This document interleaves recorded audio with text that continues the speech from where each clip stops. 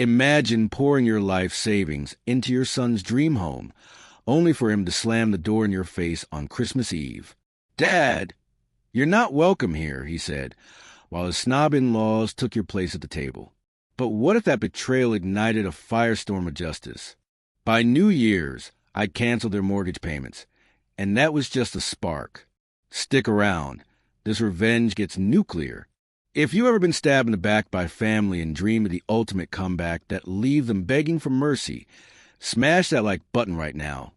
Subscribe for more heart-pounding revenge tales, and drop in the comments, what's the worst family betrayal you survived? Get comfy. This one's a roller coaster of sweet, satisfying justice. The words echoed in my mind like a bad dream I couldn't shake. "Dad, unfortunately, you won't be welcome here for Christmas." I sat there on Michael's plush leather couch, the one I'd helped finance during their upgrade phase last year, feeling the weight of betrayal sink into my chest like a stone. My heart pounded unevenly, a mix of shock and a slow-burning anger that made my palms sweat. The room smelled of Isabella's overpriced vanilla candles, flickering softly against the backdrop of their towering 12-foot Christmas tree, decked out with ornaments that probably cost more than my monthly grocery bill. I could feel the tension in the air, thick and unspoken, as Michael's shoulders hunched inward, his wedding ring glinting under the warm holiday lights, like a mocking reminder of the family I'd sacrificed everything to support. I tried to play it off at first, forcing a smile that felt like it might crack my face. "I could make my famous turkey this year," I said, my voice steady despite the knot twisting in my gut, "with the sage stuffing your mother used to love. Remember how she'd always say it was better than her grandmother's recipe? We laugh about it every holiday." But Michael's face didn't light up like it used to. Instead, he shifted uncomfortably, avoiding my eyes, staring at the marble coffee table, the one I'd co-signed for when Isabella deemed her old furniture too pedestrian. The silence stretched, broken only by the faint tick of their antique clock, a gift from her parents that always seemed to judge me from its perch on the mantel. Then came the blow. "Dad, unfortunately, you won't be welcome here for Christmas." It hit me like a freight train, my breath catching in my throat, vision blurring for a split second. "What? Why?" My mind raced, replaying every moment I'd bent over backward for them. The words tumbled out. "What do you mean? Why wouldn't I be welcome?" Michael still couldn't look at me, his gaze fixed on that damn table, his voice shrinking like he was a child caught in a lie. "Isabella's parents are coming, and they prefer if you weren't here. It's just easy this way, Dad. You know how our family is about traditions. They have their own way of doing things." "Easier? For who?" My hands went numb, a cold wave washing over me as I scanned the room. The silk curtains I'd paid for when Isabella complained about privacy issues in their new neighborhood. The gleaming hardwood floors funded by my second mortgage. The intricate crown molding that had pushed my credit card to its limit. Every corner of this house screamed my sacrifices. Late nights working overtime, skipped vacations, dipping into Maria's life insurance just to keep them afloat. And now their own way? I repeated it slowly, tasting the bitterness. "And what way is that, Michael?" He flinched, like my words were a slap. "Dad, please don't make this harder than it has to be." Through the kitchen archway, I spotted Isabella's professional-grade KitchenAid mixer, a $2,000 beast she'd needed for a brief holiday baking obsession, used maybe twice before gathering dust. My money, sitting idle while I ate ramen to make ends meet. Where will I spend Christmas then? I asked, my voice quieter, laced with a hurt I couldn't hide. Michael's face crumpled, but his response was a gut punch. "Maybe visit Aunt Rosa, or we could do something the weekend after." The weekend after. Like rescheduling a dentist appointment. Not the holiday that once meant family unity. Maria's laughter filling the air, tamales steaming on the stove. I stood up, my knees aching from years of hard labor, carrying the burden of a widower who'd given everything to his only son. "I see," I said, heading for the door, past family photos where my presence faded in each successive frame, past Isabella's closet bursting with designer jackets I'd indirectly funded. My hand gripped the doorknob, cold and unyielding. Without turning, I added, "Son, tell Isabella's parents I said Feliz Navidad." The December chill slapped my face as I stepped out, Michael's faint call echoing behind me before the door clicked shut. Final, absolute. I sat in my truck, engine off, staring at the twinkling Christmas lights in neighboring windows, homes filled with warmth I'd never taste again. My phone buzzed, probably Michael with empty apologies, but I ignored it, turning the key and driving into the night, leaving behind a house I'd bought, but could never call my own. The heater hummed against the frost, streets blurring as memories flooded in. South Hills, every corner a ghost of better days, when family meant sacrifice without strings. At the red light on 29th and Grand, I watched a young father load gifts into his SUV, kids fogging the windows with excited breaths. That was us once, Michael and me, before Isabella turned me into an ATM with inconvenient feelings. The numbers hit me then.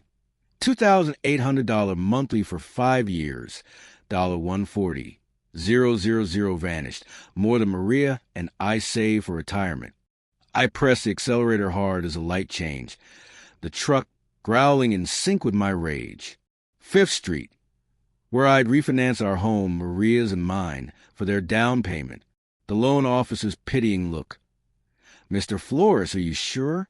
This is a big risk for someone else's investment." Lincoln Street, the bank for the second mortgage when Michael lost his job. "Just temporary, Dad," he'd said, Isabella nodding with her $700 purse, mentally tallying my desperation's worth. Pulling into my cracked driveway, another repair delayed. I entered my hollow house, echoes of Maria's absence amplifying the emptiness. My phone rang. Isabella, probably to explain why I wasn't refined enough for her parents. Perfect timing. I'd waited 5 years for this.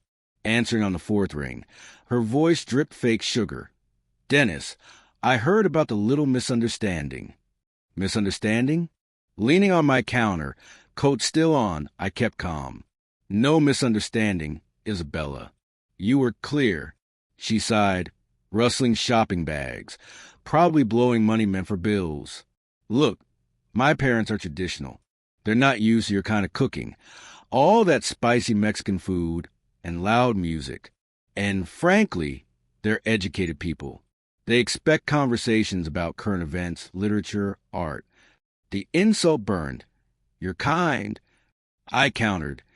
"The food you devoured every Sunday when times were tight? The tamales you praised?" "That was different," she snapped. "Now, with my parents, it's about class. My father graduated summa cum laude from Washington State. My mother speaks 4 languages. They summer in the Hamptons. What would you contribute?" "Stories about laying tile." Heat rose in my chest, but I stayed steady. "I built a business from nothing, employed 50 people, paid more taxes than your father earned. Money isn't everything, Dennis. Breeding matters. And Maria understood her place better than you. That crossed the line. My grip tightened, knuckles white. What did you say about my wife?" "She knew how to blend in, didn't make waves. She was a house cleaner who got lucky. At least she stayed quiet." My voice dropped. "Maria had more class than your bloodline. We're done pretending to be family." I hung up, the kitchen feeling cleaner, lighter, pulling out the manila folder, bank statements, mortgage papers. I knew it was time to stop the bleeding. The documents sprawled like crime scene evidence. 5 years of $2,800 transfers, $143,400 total, not counting extras.